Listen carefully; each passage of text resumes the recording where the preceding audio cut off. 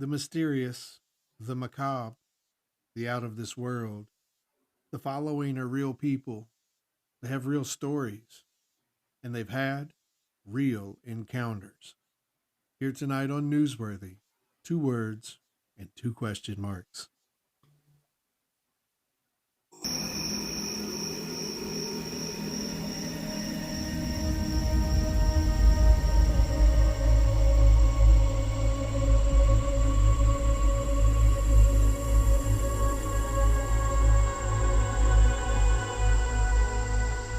He's alive! Have you checked the children? Get out!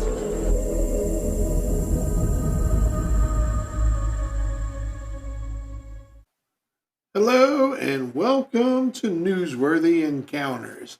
Tonight, Jerry is going to interview Amanda, who has a super spooky ghost story. If you have a story that you'd like to share with us, please reach out to us. It's super simple. Just go to our website, newsworthywithsteveandjerry.com. Hit the contact us button, and we'll get right back to you just as soon as we can. And now, all the way back to Amanda's encounter. Hello, we're back here again at the Hawking Hills Bigfoot Festival. We're fortunate enough to have Amanda to stop by.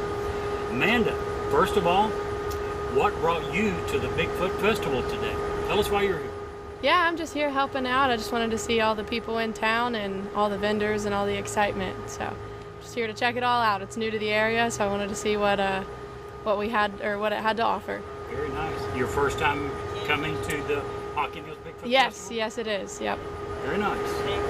And if I'm not mistaken, I think that you actually have a story, an encounter story that you'd like to share with us today. Yes, I do. It's more of a ghost story. No Bigfoot sightings or anything. Although You love those two? I horseback ride a lot, and I was on a trail one time, and I saw a tree, and really high up there was bark taken off. I was like, guys, that's Bigfoot. So every time we ride horses, we joke that Bigfoot's with us. But By the way, have you ever been back to that area? No, I haven't. No, yeah. So that was the only thing we always joke about it. We're like, oh, there's Bigfoot. But no, I did have a ghost encounter once. So I used to work in an old building that was deemed haunted by some people, and it was never like truly confirmed or not. And they had said that the ghost name was Betty. And so when I would walk in the mornings, I'd be like, hi, Betty, I'm here to be kind. Please don't, hurt me or anything. Yeah.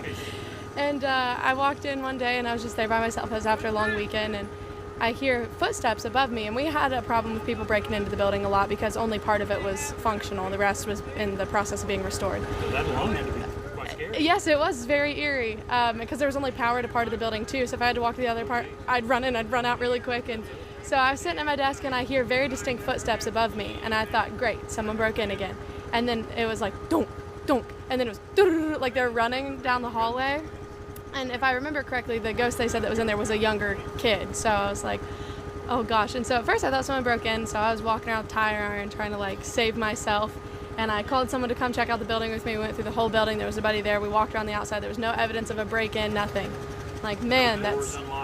No, yeah. So I was like, oh man, what if she paid me a visit, So then I was just sitting there, and later I went to the bathroom, and I locked the front door because I was by myself. And I sat back down, and I forgot to unlock the door, and I see the door handle turn, and I was like, oh, is someone trying to come in? So I got up to get ready to let him in, and the door pops open, and then the bell on the door started ringing. I'm like, okay, did I forget to lock it? Someone's messing with me or whatever. So I walked up to the door, and I'm looking back and forth on the sidewalk, nobody there. I'm like, oh my gosh. So I shut the door, and I go and I sit down, and the bell rings again. I'm like, oh gosh. So I left work that day because I was really scared. I was like, I'm not gonna be here by myself anymore.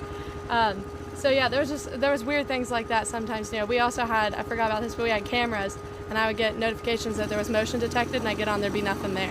And they were inside the building, so that was a little spooky. Sorry to interrupt. How old were you when this was happening? Like my reaction, or No, how old were you how old was I? Were you when this was going It was about a year ago, so I was 22 at the time.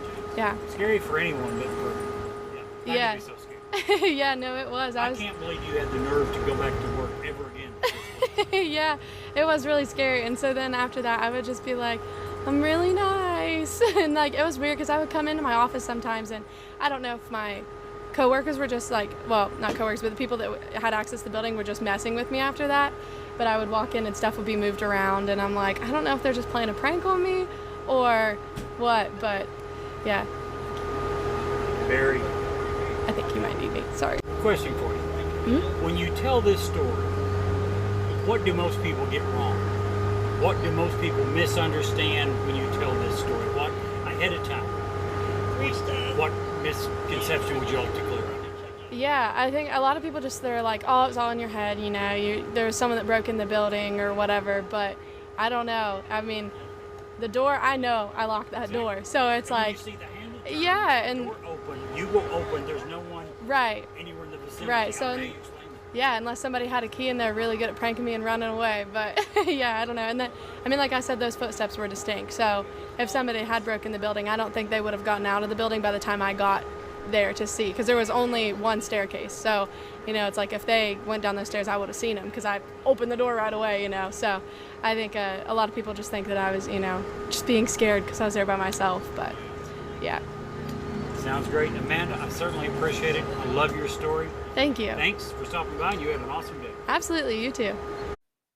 I'd like to remind you tonight that our episode was brought to you by Ed Locke and USA Mortgage, the home of possibility, and by Smoking Gun Jerky. With over 50 different kinds of jerky available, you're sure to find the one that is just for you. And be sure while you're there to use the code Cryptid10 to get an amazing discount. And Jerry, if you can't see the light, Be the light.